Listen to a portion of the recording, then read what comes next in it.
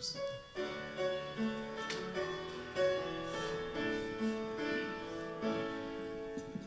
예수 우리 왕이여 이곳에 오셔서 보좌로 주여 임하사 찬양을 받아 주소서. 주님을 찬양하오니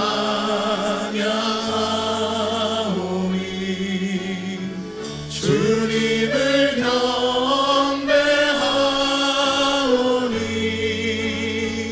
왕이신 예수여 오셔서 자정하사 다스리소서.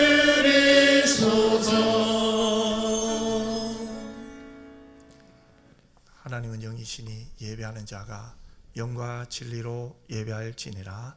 아멘.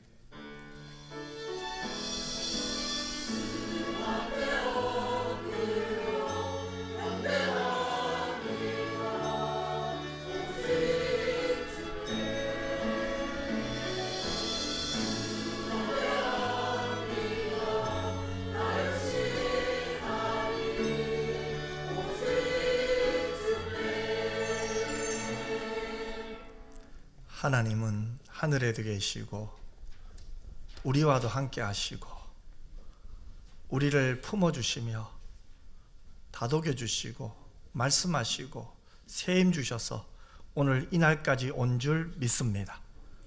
그 사랑, 그 은혜에 감사하며 내 아버지 하나님을 마음껏 높이고 싶어 이 자리에 왔사오니 하나님이 영광 받으시는 예배자 되게 하여 주시옵소서.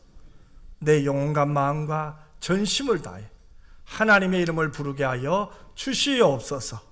주의 말씀을 듣고 세임 얻고 주님이 기뻐하는 삶을 살게 하여 주시옵소서. 거룩하신 예수님 이름으로 기도드리옵나이다. 아멘.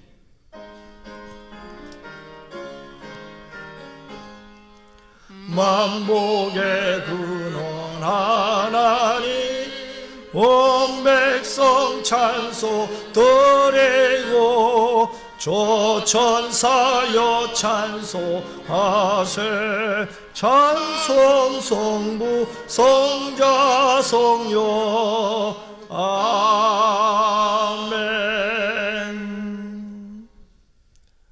여호와께 감사하라. 그는 선하시며 그의 인자하심이 영원함이로다. 이제 이스라엘은 말하기를 그의 인자하심이 영원하다 할지로다. 이제 아론의 집은 말하기를 그의 인자하심이 영원하다 할지로다. 이제 여호와를 경외하는 자는 말하기를 그의 인자하심이 영원하다 할지로다. 내가 고통 중에 여호와께 부르짖었더니 여호와께서 응답하시고 나를 넓은 곳에 세우셨도다. 여호와는 내 편이시라. 내가 두려워하지 아니하리니 사람이 내게 어찌할까.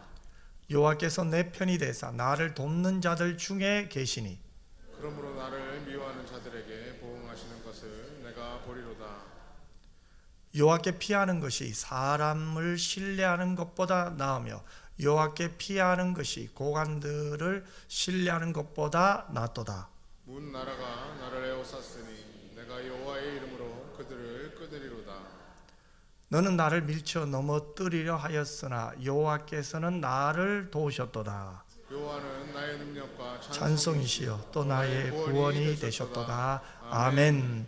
전능하사 천지를 만드신 하나님 아버지를 내가 믿사오며 그 외아들 우리 주 예수 그리스도를 믿사오니 이는 성령으로 잉태하사 동정녀 마리아에게 나시고 본디오 빌라도에게 고난을 받으사 십자가에 못 박혀 죽으시고 장사한 지 사흘 만에 죽은 자 가운데서 다시 살아나시며 하늘에 오르사 전능하신 하나님 우편에 앉아 계시다가 저리로서 산 자와 죽은 자를 심판하러 오시리라.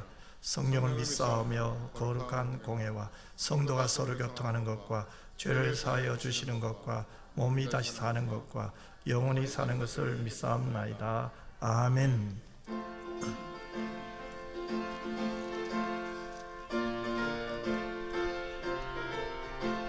목마른 내 영혼 주가 이미 허락한 그 귀한 영생수 주여 갈망합니다. 그 약속 따라서 힘써 간구하오니 오 주여 내 기도 어서 들어주소서. 예수의 사랑 예수의 사랑 바다 물결같이 내게 임하니 영광의 물결에 온전히 쌓여서 내 영혼의 기쁨 한량없도다. 주 내게 약속한 금비 내려주시려 은혜의 저 구름 건너편에 떠올라 그 귀한 징조가 내게 밝히 보이니 나 힘을 다하여 주께 간구합니다. 예수의 사랑 예수의 사랑 바다 물결같이 내게 임하니 영광의 물결에 온전히 쌓여서 내 영혼의 기쁨 한량없도다. 은혜의 소낙비 지금 훅적이 내려 구원의 큰 강물 흘러차고 넘쳐서 내 추한 모든 죄 모두 씻어버리니 나 지금 은혜를 충만하게 받았네. 예수의 사랑 예수의 사랑 바다 물결같이 내게 임하니 영광의 물결에 온전히 쌓여서 내 영혼의 기쁨 한량없도다. 그 차고 넘치는 주의 은혜의 물결 힘차게 밀려와 내게 만족합니다. 오 할렐루야로 주를 찬송하오니 내 맘의 기쁨이 항상 충만하니라. 예수의 사랑 예수의 사랑 바다 물결같이 내게 임하니 영광의 물결에 온전히 쌓여서 내 영혼의 기쁨 한량없도다.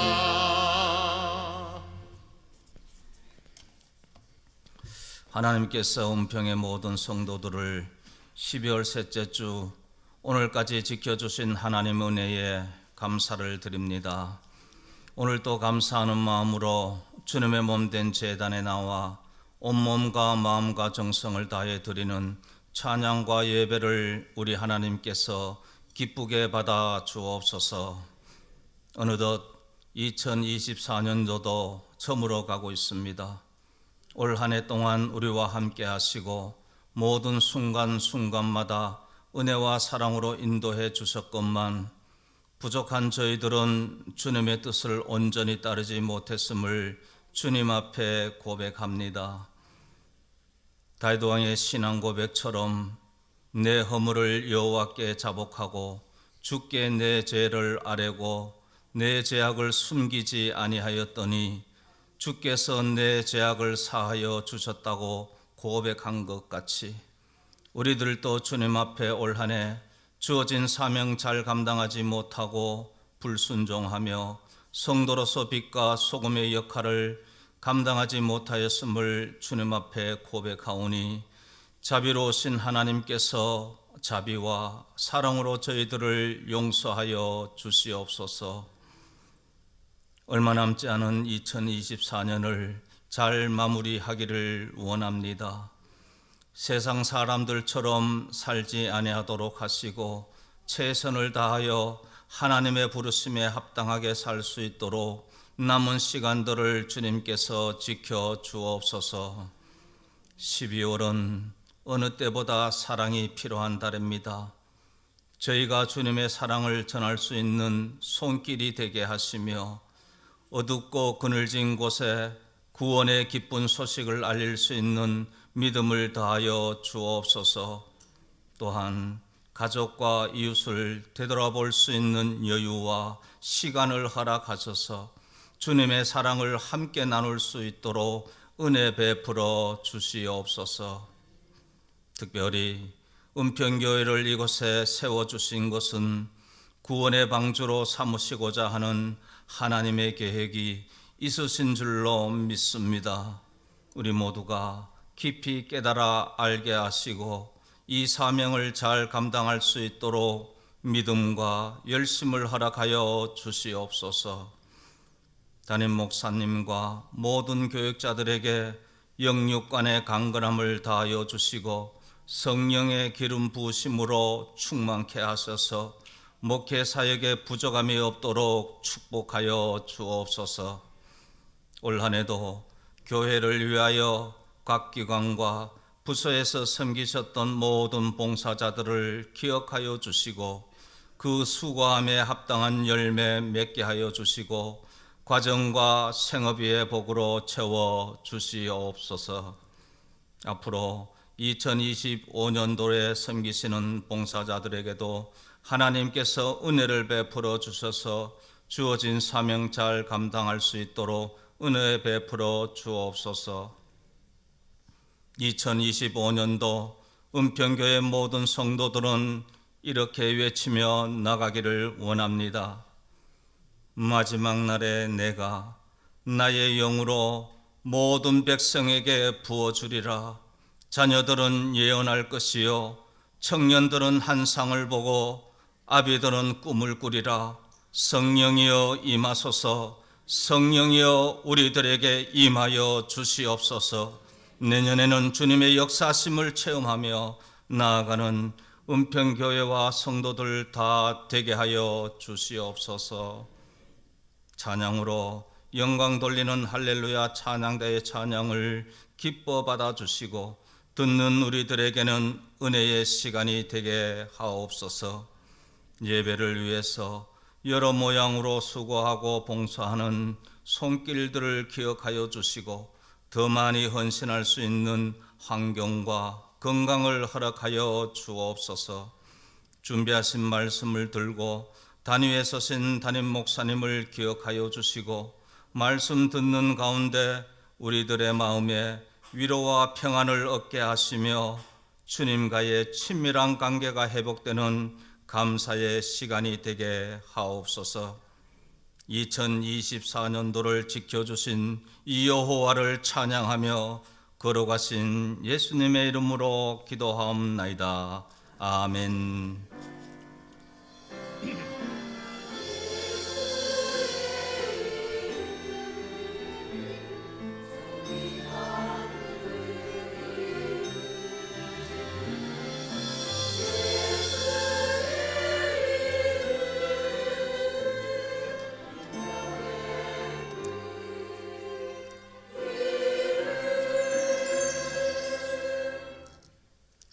하나님 말씀 볼까요? 출애굽기 20장 7절 말씀이에요.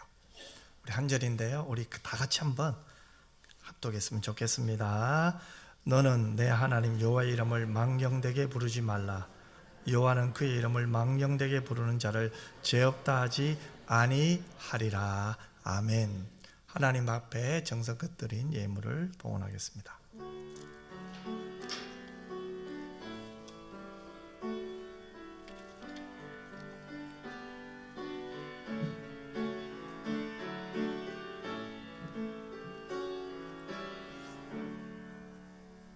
기도드리겠습니다. 하나님밖에 없습니다. 하나님 덕분에 오늘까지 왔고 하나님 때문에 살아갑니다.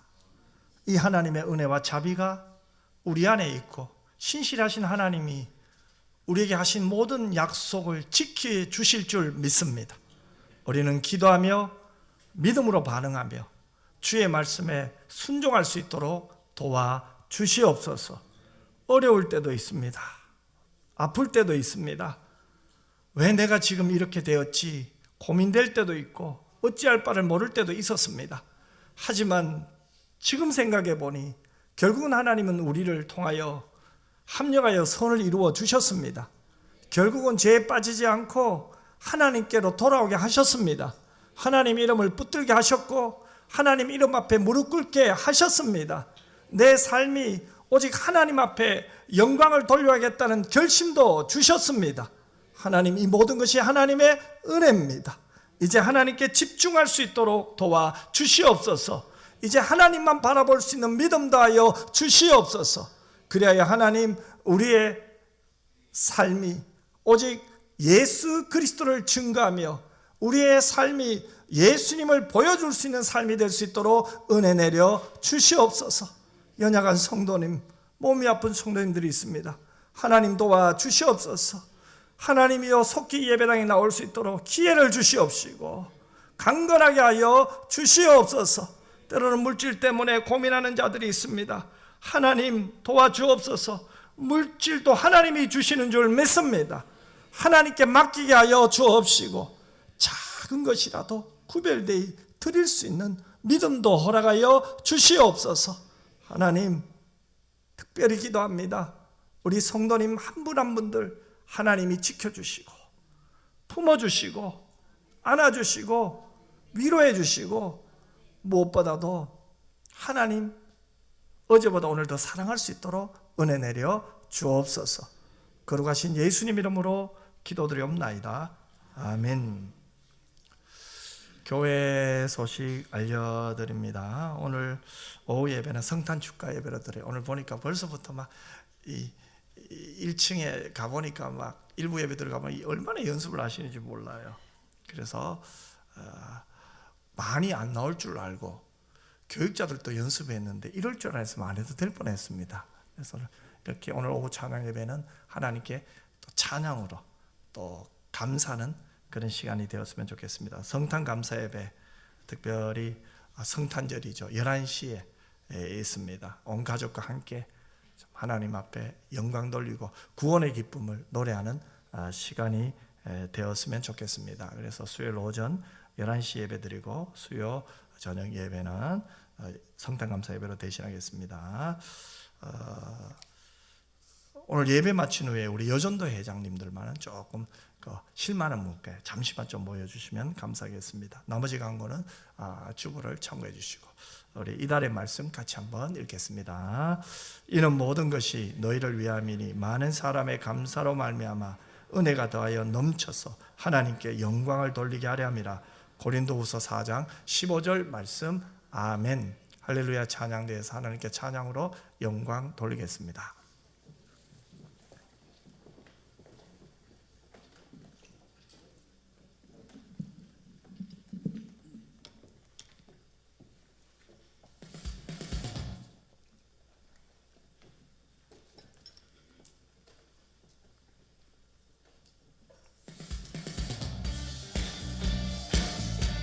할렐루야. 구주의 탄생을 기뻐함으로 우리 함께 나아갑시다.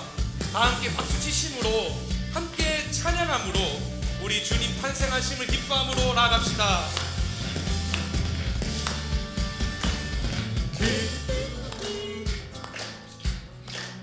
백성만 불러 온 교회여 다 일어나 다 찬양하여라 다 찬양하여라 다 찬양하여라. 네, 죄송합니다. 다시 시작해도 되겠죠? 긴장해서 그런가 봅니다. 여러분들의 이렇게 근엄한 얼굴들이 예수님을 찬양하는데, 하나님을 찬양하는데 좀 더 밝은 얼굴 우리 다 같이 손뼉치며 찬양했으면 좋겠습니다.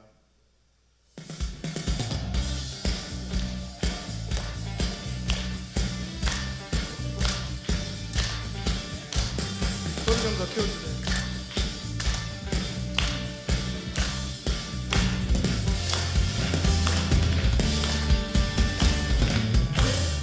구주 오셨네. 만 백성 맞으려 온 교회여 다 일어나 다 찬양하여라 다 찬양하여라 다 찬양하여라. 2절 고백할까요?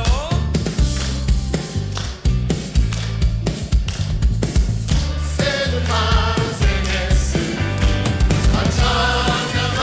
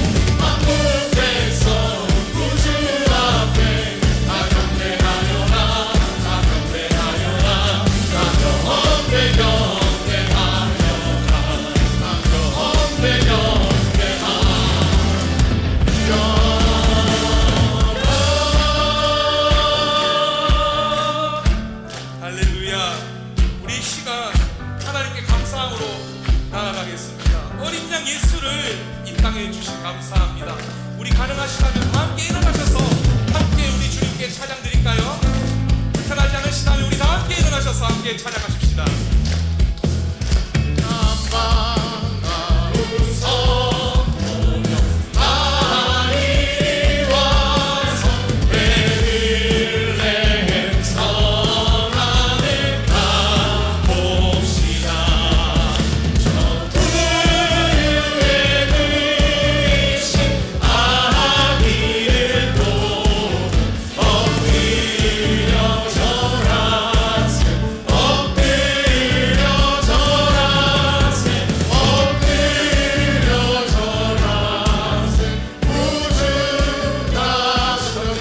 천천히 엎드려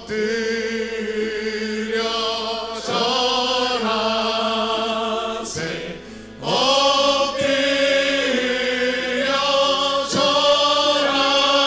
절하세 엎드려 절하세 구주 나 우리 한 번 더 간절한 마음으로 찬양드리겠습니다. 엎드려 절하세 엎드려 절하세 엎드려 절하세 엎드려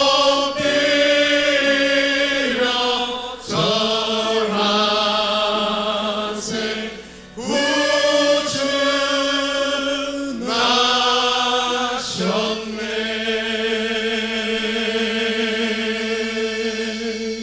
할렐루야, 감사합니다.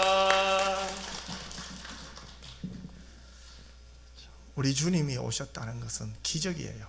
하나님이 왕의 옷을 벗고 오신 거예요. 하나님이 왕의 왕관을 벗고 이 세상에 오신 거예요. 그렇기 때문에 하나님의 그 사랑에 완전히 굴복해야 돼요. 압도하는 은혜 앞에 나는 없어요. 오직 주의 영광이 있는 이번 한 주간 특별히 성탄절이 되었으면 좋겠다 싶어요. 내가 죽어야 돼요, 여러분. 내가 살면 안 돼요. 주님이 죽으셨잖아요. 나 때문에. 우리 모두 다 오늘 말씀을 듣기 전에 한번 이런 마음으로 말씀을 들었으면 좋겠어요. 하나님 맞아요. 내가 죽어야 됩니다. 내가 죽어야 됩니다.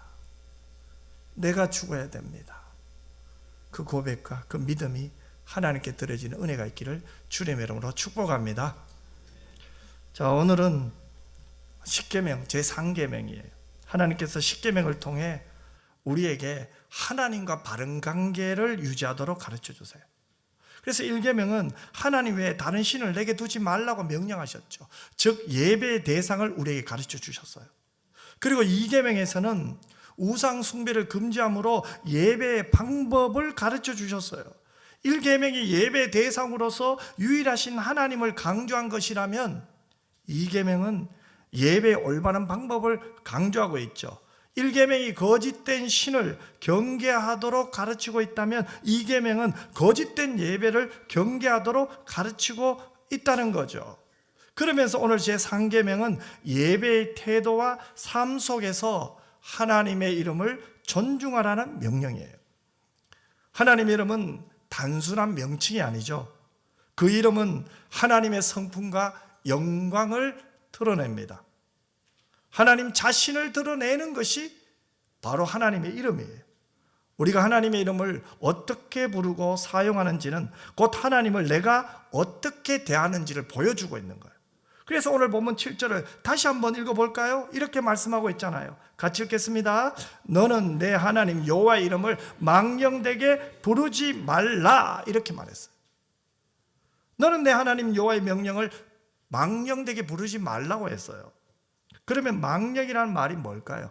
흔히 우리가 생각하는 망령되다 참 어려워요. 왜요? 우리나라에서 보통 이 망령 들었다 하면 나이가 많아서 정신이 왔다 갔다 하는 상태를 말해요. 이런 상태를 노망 들었다 혹은 망령 들었다고 해요. 하지만 오늘 본문에서 이야기하는 망령은 노망이 아니에요. 그러면 상계명 속에 망령된다는 말이 담고 있는 뜻이 뭘까요? 오늘 본문에 이 망령되게라는 말은 히브리어 원어에서 보면 일반적으로 헛되게라는 단어로 사용돼요. 거짓되게, 가볍게라는 뜻이 있습니다. 자, 그러면 하나님의 이름을 망령되게 부르지 않으려면 어떻게 돼요? 하나님의 이름을 바르게 불러야 되겠죠. 하나님을 경외함으로 하나님의 이름을 부르는 거죠. 하나님의 이름을 신중히 부르고 진리 안에서 불러야 되겠죠. 우리가 하나님의 이름을 부를 때 왜 바르게 불러야 될까요? 왜 진실하게 불러야 할까요? 하나님의 이름에는 하나님의 성품이 담겨 있어요. 우리가 믿는 하나님은 여호와예요. 출애굽기 3장에 보면 하나님께서 모세에게 사명을 주셨죠. 그때 모세의 입장은 어땠습니까? 미디안 광야에서 40년을 보내면서 그는 용기도 다 사라졌어요. 지도자의 준비도 되어 있지 않았어요. 모든 것을 다 잃었다고 생각하며 그저 장인의 양을 치는 목동에 불과했습니다. 그런데 하나님은 그를 불러내셨죠. 그러면서 이스라엘 백성을 애굽에서 탈출시키라고, 출애굽하라고 명령을 내주셨어요. 그때 모세가 하나님께 이래 물어요. 당신은 누구십니까? 그때 하나님이 뭐라고 말합니까? 나는 스스로 있는 자다, 이렇게 말해요. 여러분, 여기서 스스로 있는 자가 여호와예요.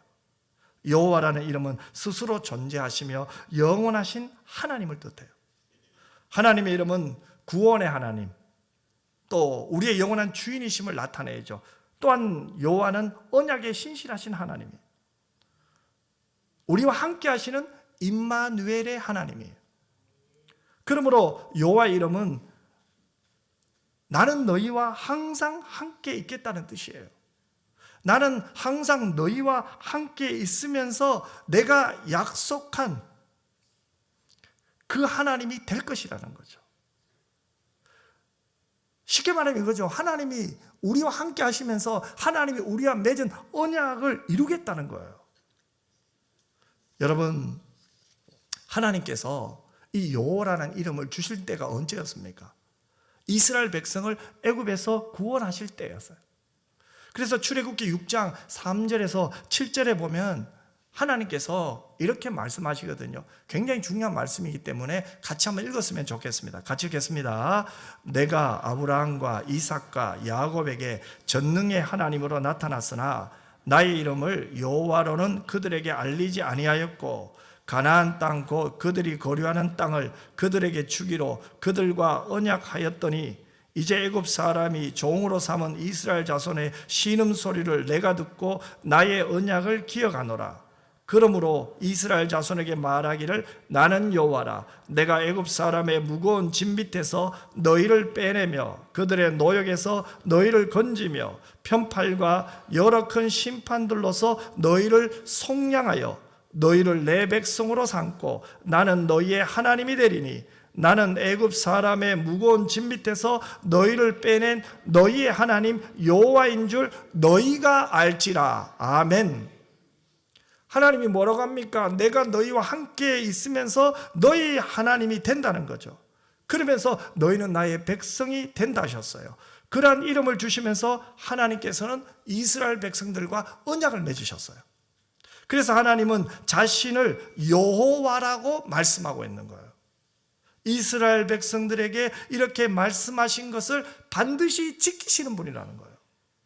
왜냐하면 여호와의 말에는 언약의 신실한 하나님이라는 의미가 담겨져 있어요.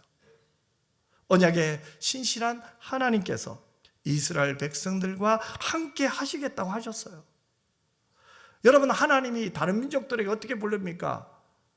대부분의 사람들은 하나님을 창조자, 전능자 이렇게 불러요.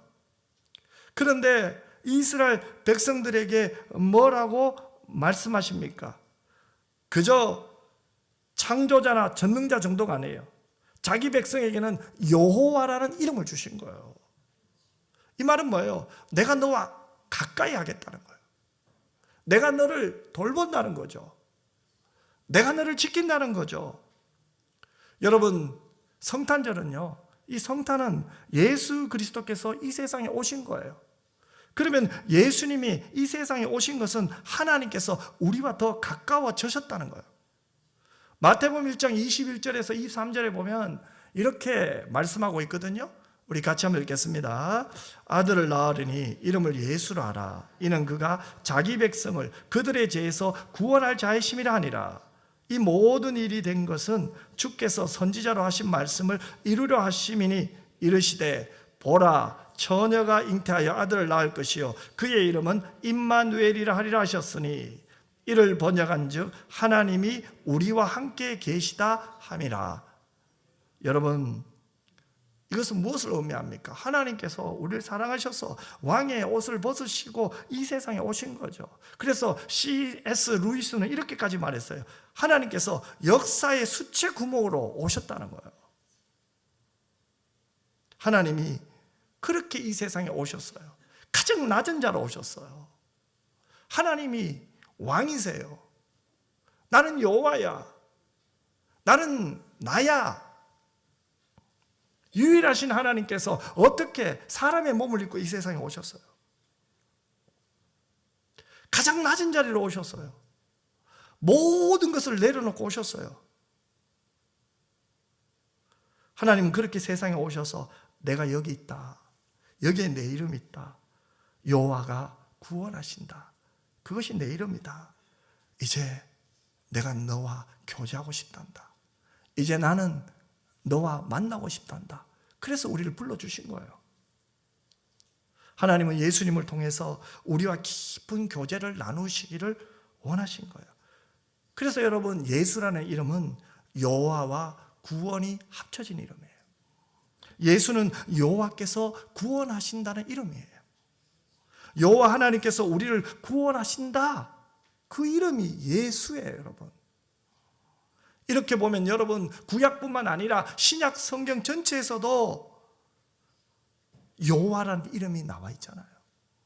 하나님은 여호와라는 이름으로 우리를 구원만 하신 게 아니에요. 직접 세상에 들어오셨어요. 구원하시려고 세상에 들어오셔서 인간이 되시고 인간과 함께 계시며 우리를 구원하신 거예요. 하나님 이름은 예수 그리스도에게로 임재하신 거죠. 또한 예수 그리스도의 복음에도 임재하고 있어요. 그래서 사도 바울은 이 은혜를 깨닫고 나서 어떻게 됩니까? 평생 은혜의 복음을 전하는데 그의 생명을 바쳤어요. 그래서 우리 교회도 내년에는 이 은혜의 복음을 전하는데 생명 한번 걸어보려고 해요. 은혜의 복음을 전하는데 방해되는 것들은 내려놓고 오직 은혜의 복음을 전하는데 전심전력 한번 해봤으면 좋겠어요.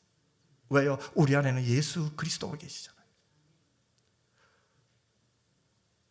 여호와가 나를 구원하셨잖아요. 예수님이 나 때문에 십자가 지셨잖아요. 나 대신 피를 흘려주셨잖아요. 그러면서 예수님 마지막 죽어가면서 예수님이 다 이루었다고 말씀하신 이유는 어디에 있습니까? 내가 너희 죄를 대신하여 내가 십자가를 졌다. 이제 걱정하지 말아라. 이제 너는 내게 속했다. 이제 너는 내가 도와준다. 내가 너와 함께한다. 임마누엘 하나님이 저와 여러분과 함께 하겠다는 말씀 아닙니까? 그 하나님이 우리를 사랑하고 있고 지금도 우리와 함께 하시고 있고 우리 예배를 받으시면서 우리에게 임재하시는 하나님. 어떻게 예배를 받으시는 분이 임재할 수 있겠어요? 그 신비로움이 바로 어떻게 나타났습니까? 성탄을 통해서 나타납니다. 예수님이 이 세상에 오심으로 우리의 죄를 대신하여 십자가를 지시고 3일 만에 부활하신 것으로 나타난 거예요. 그러면 이제 우리는 어떻게 됩니까? 그 이름을 전해야 되는 거예요. 그 이름을 이 세상에 나타내야 되는 거예요. 여러분, 하나님의 이름은요 모든 피조물 속에 임재하고 있어요. 하늘을 보세요. 하나님이 보호자예요. 땅은요 하나님의 발등상이에요. 하나님은 만물 속에 임재해 계세요. 하지만 동시에 언약의 백성인 우리와도 함께하고 있는 거예요. 하나님은 자신이 창조한 만물 속에도 그 이름을 두시고 오늘 저와 여러분에게도 그 이름을 두시고 계시는 거예요. 하나님께서 이스라엘 백성뿐만 아니라 우리와도 이런 언약을 맺으셨잖아요. 그러므로 결코 우리를 떠나시는 일은 절대 없을 거예요. 여호와께서 우리와 함께 계시기 때문에 이제 우리는 그분의 이름을 가볍게 불러서는 안 돼요. 우리가 여호와 이름을 부르면 내가 너희와 항상 함께 있겠다고 말씀하신 여호와께서 말씀으로 우리와 함께 하시는 거예요. 말씀으로 우리에게 가까이 나아오시는 거예요. 그런데 우리가 여호와 이름을 가볍게 이야기하거나 그분이 우리와 함께 계신데도 우상을 섬기는 헛된 심정으로 하나님을 예배한다면 어찌 되겠습니까? 그러므로 나는 내 하나님 여호와 이름을 망령되게 부르지 말라. 이 명령은 하나님의 이름을 존중하고 경외하라는 아주 깊은 의미를 담고 있어요. 그래서 이 청교도와 개혁주의 신학자들은 이 계명에 대해서 이렇게 적용할 것을 제시하고 있습니다. 먼저 이 조나단 에드워즈라는 분이 있어요. 조나단 에드워즈는 이렇게 말하고 있습니다. 화면이 곧 뜰 거예요. 하나님의 이름을 존중하는 것이 신앙생활의 기본이며 우리의 언어와 행동에서 하나님의 거룩하심을 드러내야 한다. 매튜엘의 그의 주석에서 보면 또 이렇게 말하고 있습니다. 우리 같이 한번 읽어볼까요? 하나님의 이름을 경외하는 것이 곧 하나님 자신을 경외하는 것이며 우리의 말과 행동이 하나님의 영광을 나타내야 한다. 아멘. 한 청교도 목사님이 있었어요. 그는 하나님의 이름을 매우 경외하며 사용하였고 특별히 설교 중에 하나님의 이름을 부를 때마다 잠시 멈추어서 심호흡을 하면서 말씀을 전하곤 했어요. 오늘날 성도가 물었어요. 목사님은 왜 하나님의 이름을 부를 때마다 그렇게 하십니까? 그때 목사님은 대답했어요. 하나님의 이름은 그분의 거룩하심과 영광을 담고 있습니다. 우리가 그 이름을 부를 때마다 그분의 임재를 기억하고 경외하는 마음을 가져야 합니다. 여러분, 하나님의 이름에는 무엇이 담겨져 있습니까? 하나님의 임재와 그분의 성품이 담겨져 있어요. 그래서 하나님께서 자기의 이름을 함부로 부르지 말라고 하시는 이유가 바로 여기에 있는 거예요. 그 이름에는 하나님의 모든 것이 담겨져 있기 때문에 그래요. 그래서 존 칼빈은 기독교 강요 제3계명을 언급하면서 이렇게 말했습니다. 우리 같이 한번 읽겠습니다. 하나님의 이름은 곧 그분의 명예와 권위와 같다. 그 이름을 경외함으로 사용하는 것은 곧 하나님을 존중하는 것이다. 놀랍지 않아요? 하나님의 이름은 곧 그분의 명예와 권위와 같은 거예요. 그 이름을 경외함으로 사용하는 것은 곧 하나님을 존중하는 것이다. 그런데 여러분, 여기에서 우리가 조심해야 될 것이, 이걸 예절로 보면 안 돼요. 우리는 너무 예절을 강조하다 보니까 예절로 해석하는 경우가 있어요. 그렇지가 않아요. 자, 그러면 구체적으로 한번 들어가 봅시다. 하나님의 이름을 함부로 부르는 것은 무엇을 말할까요? 가장 쉽게 말하면 이거예요. 하나님을 함부로 대하는 거예요. 그렇다면 어떻게 부르는 것이 망령되이 부르는 걸까요? 첫 번째는요, 합당하지 않은 방법으로 하나님 이름을 사용할 때예요.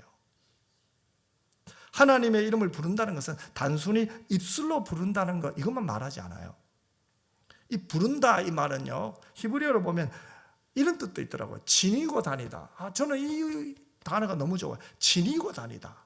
내가 하나님의 이름을 부르는데 내가 하나님을 이름을 지니고 다니는 거예요. 그 하나님의 명찰이에요. 누가요? 내가요. 내가 하나님의 명찰입니다, 여러분. 우리는 하나님의 이름을 지니고 다니는 사람이에요. 그렇다면 어떻게 됩니까? 하나님의 명찰인 우리가 하나님의 말씀에 불순종할 때 우리가 소지하고 있는 하나님의 이름에 불명예를 가하는 거죠. 우리가 어떤 일을 할 때 이 일이 하나님 앞에 영광이 되는가, 불명예를 가하게 되는가 한번 생각하면 쉽게 죄에 넘어가지 않을 거예요. 어떤 일을 할 때 우리가 왜 기도해야 됩니까? 그 기도를 통해서 이게 하나님 앞에 영광이 되는지, 하나님의 기쁨이 되는지, 아니면 하나님 이름에 불명예가 되는지, 그것을 기도하면서 깨닫는 거죠. 기도하지 않고 일을 하면 감정으로 해요. 내 기분으로 할 때가 많아요. 그래서 우리는 하나님께 기도해야 돼요. 반대로 우리가 하나님의 말씀대로 살 때마다 하나님의 이름에 영광을 돌린다고 한번 생각해 보세요. 얼마나 좋아요. 하나님이 오늘 우리 보고 뭐래? 우리의 예배를 보면서 너희들이 정말 나를 사랑하면서 드리는구나. 너희들은 정말로 중심에서 나를 향한 아름다움이 있구나. 중심을 보시는 하나님이 오늘 저와 여러분의 마음을 보시고 하나님이 기뻐하시며 고개를 끄덕거리는 은혜가 있다는 거죠. 이것이 바로 주일입니다. 여러분, 시편 24편 3절과 4절에 보면 이런 말씀이 있어요. 여호와의 산에 오를 자가 누구며 그의 거룩한 곳에 설 자가 누구인가? 곧 손이 깨끗하며 마음이 청결하며 뜻을 허탄한 데 두지 아니하며 거짓 맹세하지 아니하는 자로다. 이렇게까지 말해요. 그러면 여기서 조금 더 깊이 있는 적용입니다. 예배뿐만 아니라 영적인 예배뿐만 아니라 삶의 예배에 적용을 해야 되겠죠. 쉽게 말하면 우리의 삶을 더럽히는 자체가 하나님의 이름을 더럽히는 거예요. 그렇다면 제3계명은 우리의 삶 전체에 관련된 계명이겠죠. 여기서 우리가 중요한 교훈을 얻게 됩니다. 우리가 하나님의 이름을 망령되게 부르지 않는 것은 하나님의 자녀답게 사는 거예요. 내가 하나님 앞에 자녀답게 사는 것이 하나님 이름을 망령되게 부르지 않는 거예요. 하나님께서 자신을 알리시는 무엇이든지 우리가 생각하는 것이나 우리가 말하는 것이나 우리가 글을 쓰는 것이나 우리의 모든 행위를 통해서 하나님께 영광이 되고 사람들에게는 유익이 되는 거죠. 이것이 바로 하나님의 이름을 바로 부르는 거예요. 그래서 청교도 시대 영국 런던의 설교자였던 토마스 와서는 십계명 해설이라는 책에서 하나님의 이름을 망령되이 부르는 것은 하나님의 이름을 공언하면서도 그것과 일치하게 살지 않는 것이라고 말했어요. 즉 우리가 예배당에 나와서 하나님 사랑한다고 말하면서 우리가 하나님의 뜻에 맞지 않게 살지 않으면 하나님의 이름을 망령되이 부르는 거라는 거예요. 제가 그분의 책에 있는 것을 조금 인용해 드릴게요. 읽어 드릴게요. 사람들의 말과 생활이 서로 모순될 때 고백의 가면을 쓰고 거짓말하고 속이고 그리고 불결할 때 그들은 하나님의 이름을 오용하며 망령되이 일컫는 것이다. 가장한 거룩은 이중의 제약이다. 물론 청교도들은 굉장히 좀 강하게 외쳐요. 그래서 이렇게까지 말하잖아요. 가장한 거룩은 이중의 제약이다. 그러면서 로마서 2장 24절 말을 인용해요. 로마서 4장 24절에 보면 이런 말씀이 있죠. 하나님의 이름이 너희로 인하여 이방인 중에서 모독을 받는도다. 하나님의 이름이 너희로 인하여 누구에게? 이방인 중에서 모독을 받는다. 그러면은 토마스 왓슨이 했던 말을 적용해 보면 뭐예요? 하나님의 백성이라고 공언하는 그 당시 유대인들이 그들의 삶을 통해서 하나님의 말씀대로 살지 않고 자기 의를 드러낼 때, 자기 생각을 주장할 때, 자기가 잘났다고 이야기할 때 결국은 그 모습을 이방인들이 보았을 때 어떻게 생각할까요? 하나님을 악평하게 만든다는 거예요. 결국은 어떻게 됩니까? 하나님의 이름을 망령되게 부르게 된 거예요. 누구 때문에요? 하나님을 믿는다고 말하는 자 중에서 하나님의 뜻대로 하나님의 말씀대로 살지 않고 자기 의를 드러낼 때, 그래서 여러분 조심해야 돼요. 가장 조심해야 될 사람 저예요. 1년 1년 목회하면서요. 이 조심해야 될 게 너무 많아요. 자꾸 보여요. 자꾸 들려요. 근데 가만히 보니 제 속에서 제 의가 또 올라오는 거예요. 그러니 제가 입을 열면 하나님의 이름을 망령되게 부르게 되잖아요. 그래서 할 수만 있으면 제가 해야 될 일은 하나님께 엎드린 것밖에 없어요. 하나님께 기도하고 하나님께 맡기는 것이 제가 마지막 할 일이에요. 점점 목회를 연수가 쌓이다 보니까 후배들에게도 하고 싶은 말을 막 생각날 때가 있어요. 그럴 때도 제가 할 수 있는 것은 뭐예요? 하나님께 기도하는 것밖에 없어요. 그것이 바로 하나님을 이름을 망령되게 부르지 않는. 왜요? 저도 잘 못하면서, 저도 바르게 살지 못하면서 다른 사람이 자꾸 들어오거든요. 왜요? 본 게 많아서 그래요. 들은 게 너무 많아서 그래요. 그렇다면 오늘 이 제3계명은 뭡니까? 우리가 어떠한 상황에서도 말이나 글이나 행위를 통해서 하나님을 영화롭게 하는 것에 우리의 초점이 있었으면 좋겠어요. 누가 말해요, 목사님 왜 식사를 그렇게 맛있게 먹습니까? 그럼 저는 이렇게 말하고 싶어요. 하나님 영광을 위해 살려면 맛있게 먹어야 될 것 같아요. 목사님 왜 기도하십니까? 하나님 영광을 위해 살려면 기도하지 않으면 할 수가 없어요. 하나님을 영화롭게 한다는 거 프로그램으로 되면 얼마나 좋겠어요. 제 감정으로 되면 얼마나 좋겠어요. 제 경험으로 되면 얼마나 좋겠어요. 제가 갖고 있는 지식으로 되면 얼마나 좋겠어요. 아니에요, 여러분. 늘 하나님 앞에 깨어 있어야 돼요. 하나님 면전 앞에 서 있어야 돼요. 임마누엘의 하나님이 나와 함께 하시잖아요.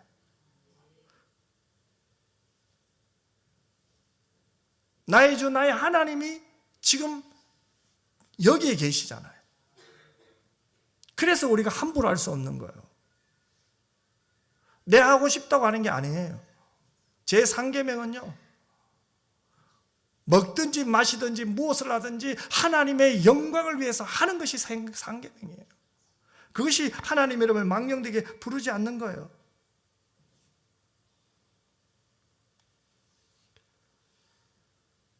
하나님은 만물 속에도 그 이름이 임재해 계세요. 또 우리에게도 그 이름을 임재하게 하세요.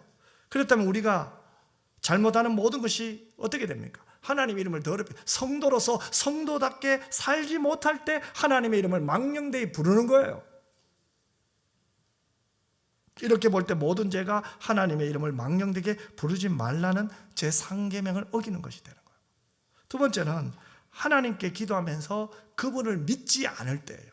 그것이 하나님을 망령되이 부르는 거예요. 여러분, 우리의 믿음은 누구를 믿어요? 하나님을 믿잖아요. 그러면 하나님을 믿는다는 것은 하나님을 존귀하게 하는 행위잖아요. 존귀하게 하는 은혜가 바로 믿음이거든요. 그래서 하나님은 우리의 믿음을 보세요. 여러분, 아브라함을 보세요. 믿음의 조상이라고 하죠. 그런데 히브리서에 보면 아브라함을 뭐라고 말합니까? 바랄 수 없는 중에 하나님의 약속을 바라본 사람이라고 말해요. 왜냐하면 그가 100살이나 되었거든요. 이미 자기 몸이 죽은 자처럼 되었다는 거 알아요. 자기뿐만 아니라 그의 아내 사라도 나이가 많아 아기를 낳을 수 없다는 거 알아요. 그런데 중요한 것이 있어요. 하나님의 약속을 믿는 그 믿음이 약해지지 않았다는 거예요. 이게 아브라함의 믿음이에요. 내 자손이 이와 같이 많아질 것이다. 얼마나요? 하늘의 별처럼, 바닷가의 모래알처럼 많아질 것이라는 그 약속이 그는 믿었어요. 즉 그의 믿음은 하나님의 약속이에요. 하지만 현실은 어때요? 자신은 나이가 많고 아내도 나이가 많고 현실은 할 수 없어요. 현실은 안 되는 거예요. 현실이 불가능하지만 하나님의 약속을 믿는 것, 그 약속을 끝까지 붙드는 것, 그 약속을 믿고 계속해서 강구하는 것, 그것이 믿음이에요. 이제 올 한 해가 다 해가면은 여러분 마음에 이런 생각이 있을 거예요. 내가 이렇게 기도했는데 왜 하나님 원래 안 이뤄줍니까? 하나님 이렇게 내가 간구하고 있는데 왜 여전히 이 문제는 내게 있습니까? 이런 마음 들죠. 저도 그래요. 근데 여러분 괜찮아요. 아브라함 믿음 보세요. 현실을 불가능해 보였지만 하나님의 약속을 끝까지 믿었잖아요. 하나님은요, 그분의 뜻대로 구한 우리의 기도와 간구를 반드시 응답해 주세요. 그것을 우리가 믿어야 돼요. 육신의 욕심을 간구한 것이 아니잖아요. 여러분이 하나님께 기도한 것은 뭡니까? 하나님의 뜻을 구했잖아요. 그럼 반드시 응답받아요. 아멘. 포기하지 맙시다. 그리고 여러분이 하나님의 영광을 위해서 기도했잖아요. 그 기도를 한 제목이 여러분의 육신의 유익만을 위해서 기도한 게 아니죠. 결국은 하나님의 영광이 되기 위해서 기도한 거잖아요. 그러면 뭐예요? 하나님께 기도했다면 끝까지 그분을 믿어야 돼요. 그런데 하나님께 기도하면서 그분을 믿지 않는다는 것, 그것이 바로 하나님 이름을 망령되게 부르는 행위예요. 좀 더 강하게 말해볼까요? 청교도적 입장에서 말해보면요, 이것은 하나님은 귀는 가졌으나 듣지 못하는 우상으로 만드는 거예요. 회개한 사람에게 긍휼을 약속하신 하나님을 그의 말을 인정하지 않으려는 거짓말쟁이로 만드는 거예요. 하나님은 듣지 않으셔. 하나님은 우리 사랑하지 않으셔. 이럴 때 있잖아요. 하나님은 거짓말쟁이로 만드는 거예요. 요한일서 5장 10절에 보면 이런 말씀이 있어요. 하나님을 믿지 아니하는 자는 하나님을 거짓말하는 자로 만드나니. 하나님을 믿지 않는 자는 하나님을 거짓말하는 자로 만든다고 했어요. 그래서 하나님을 믿지 않을 때 기도는 하면서 현실이 그 기도와 내가 했던 기도와는 너무 달라지니까, 그죠? 건강을 위해 기도했는데 건강은 점점 약해져, 그죠?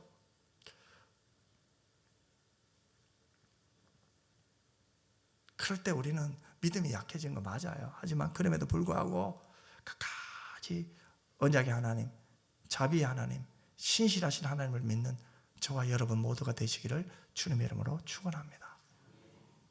어느 날 한 청년이 아주 어려운 상황에 처해 있었어요. 그는 하나님께 기도하며 도움을 요청했지만 마음 한편으로는 하나님께서 응답하지 않으실 것이라는 자꾸 의심이 들었어요. 하나님 앞에 기도는 하는데 이게 과연 이루어질까?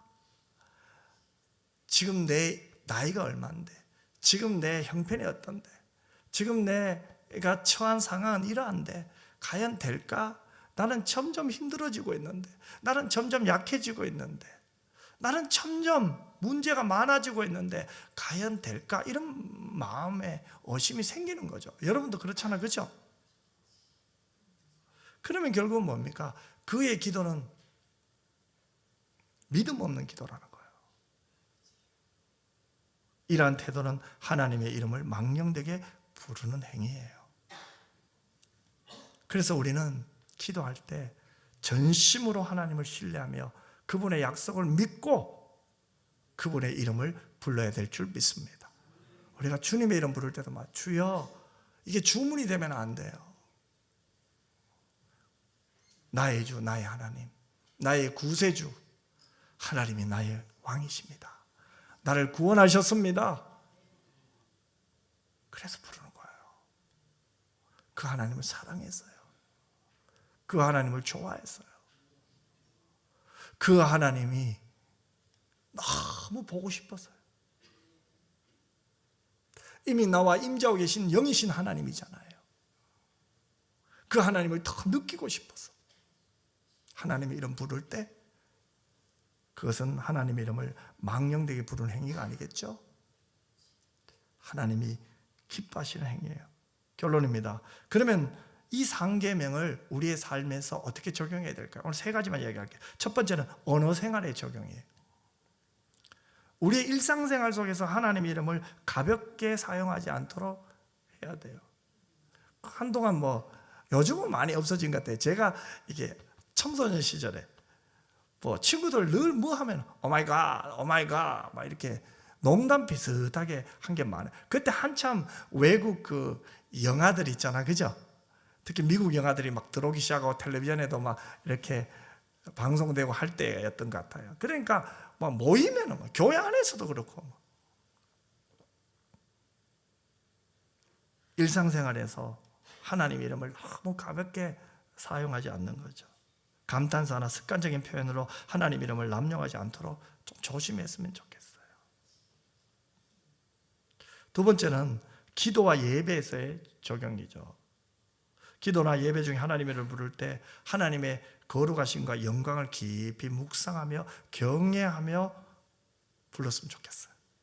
즉 하나님이 여기 계시다, 나를 사랑하신다, 나와 함께 하시면서 나를 사랑하시며 그분은 전능자시며 그분은 또한 영광 받으실 분이다. 그렇다고 해서 거룩하고 거룩하신 하나님 이렇게 기도하는 말이 아니에요. 우리의 이 마음 깊숙한 곳에서 하나님과 인격적인 교제를 좀 나누면서 하나님을 만나면서 기도하라는 거죠.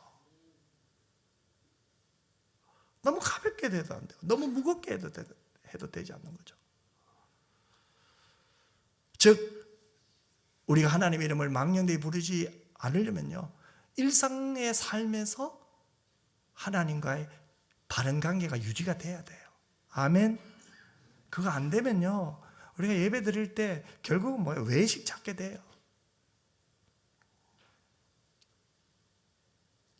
일상적인 삶에서 하나님과의 바른 관계 될 때 영적 예배도 바르게 되는 거예요.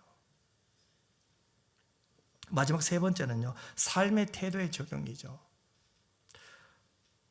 하나님 이름을 망령되게 부르지 않기 위해서 우리의 삶 전체가 하나님의 거룩하심을 반영하도록 노력해야 돼요. 이는 우리의 행동이나 생각이나 말이 모두 하나님을 영화롭게 하는 방향으로 나가야 돼요. 사랑하는 성도 여러분, 상계명인 하나님 이름을 망령되게 부르지 말라는 것은 단지 입술의 문제만이 아니에요. 저와 여러분의 생각이나 말이나 행동이 하나님의 이름에 합당해야 된다는 거죠. 즉 하나님의 자녀답게 사는 거예요. 어떻게 하나님의 이름을 존중하며 살 수 있을까요? 삶으로 하나님을 영화롭게 할 때죠.